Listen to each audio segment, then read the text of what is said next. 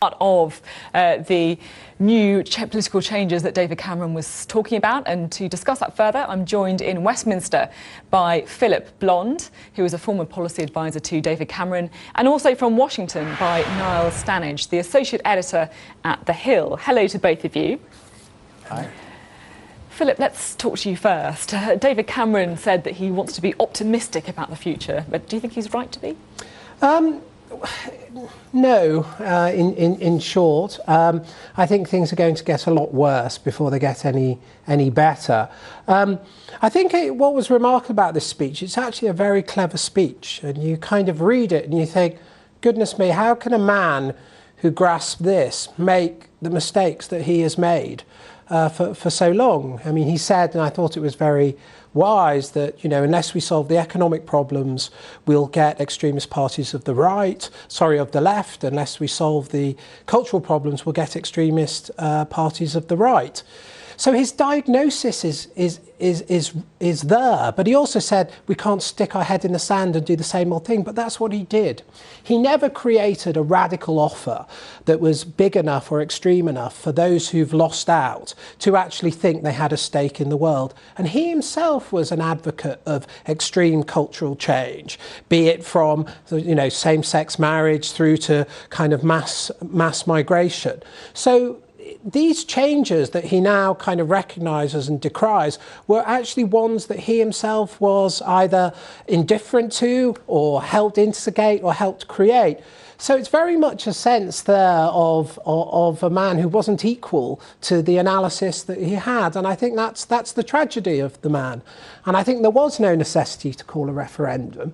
It's not true it poisoned national politics, it poisoned conservative politics. But I think he could have survived that. And actually, really, unfortunately, because he didn't take a positive stance on the EU, he left the EPP, he was a part of the whole broadcast of the EU is nothing but awful. Really, I'm afraid to say he bears far more responsibility for what's come about than he would like to admit. Interesting analysis. Niall Stanage, I wonder if you think that some of the so-called establishment politicians in the US also bear their share of responsibility for what happened with the election of Donald Trump. I think they do, and I think that is true of both parties, Sophie. I think certainly among even Democrats who I've spoken to since the election, there's a real fear that their party did not connect with working class voters, lower middle class voters on either the economic or the social and cultural issues that we're talking about. Now, the Republican establishment, that's a slightly different thing. Obviously, they're happy that their man won the presidential election, but they didn't want him really to even be the nominee.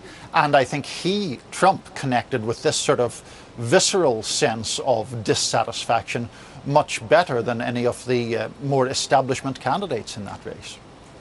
Well, clearly, in some ways, there's a movement of this unhappiness in the US. David Cameron says that there's a movement of unhappiness worldwide. Phillip, Blond, how much do you think that this is due to global forces, or do you think that actually David Cameron should be saying, I accept a bit more of the responsibility myself? Very clearly, global forces are to blame. If you look at the now famous graph by a World Bank economist called Milan Brankovic, he's demonstrated very clearly that globalization has benefited the poor in the developing world and the very rich in our world, but has actively harmed working class voters in the developed world, the West, if you have, and also middle class people. Their incomes have stagnated or fallen for sometimes 20, 30 years. So we know economically globalization doesn't work for a substantial proportion of the population. Also culturally, what we've created is, if you like, a metro liberal set. They've created a set of cultural policies that actually favour them and actively penalise those who aren't like them. So of course people are going to be against it, and that's what you saw in America, in the Rust Belt. People just didn't believe Clinton. They thought Clinton is just going to offer what we've had always, and she hasn't helped us. And I think the same is true in Europe. So you've got Front National, you've got the Five Star Movement in Italy, you've even got, you know, movements alternative for Deutschland in Germany. So I think this isn't going away because nobody has a solution on the cultural level or on the economic level that can pull people back into the fold. Niall Stanage, do you agree with that analysis that globalisation, it simply isn't working for a lot of people? There is a huge swathe of the American population that it certainly is not working for. I felt that sometimes the Trump movement was disparaged as purely a racist or a xenophobic one.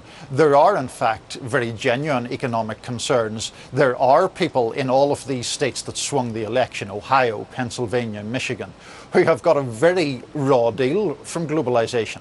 Now, that's a completely separate argument from whether voting for Donald Trump will help that predicament. But clearly there are losers from globalization, and a lot of those losers happen to be located in the states that were the pivotal ones as far as Mr. Trump winning the presidency. I wonder what this means for the politics of the centre ground. You know, David Cameron obviously has been kind of swept away from power. We've also seen Hillary Clinton, Matteo Renzi. Do you think that people are going towards extremes of the left and right as a result of this, Phillip Blond? There probably isn't a centre ground at the moment. In order to have a centre ground, you have to have something that works, that can speak to both conventional left and conventional right, and we don't have that.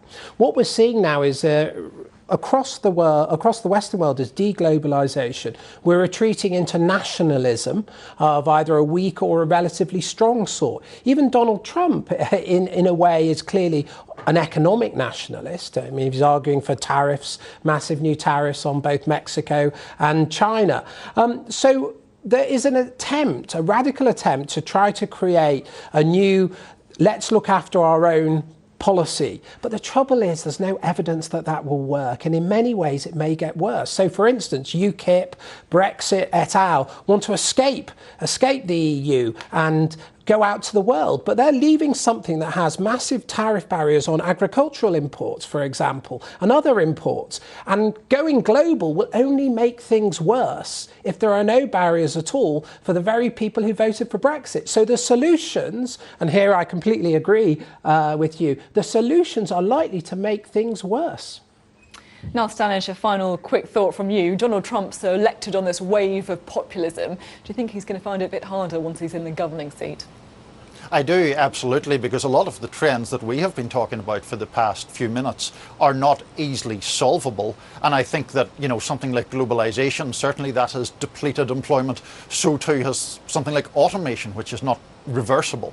I also think in general, Donald Trump is better at identifying problems than he is at identifying solutions.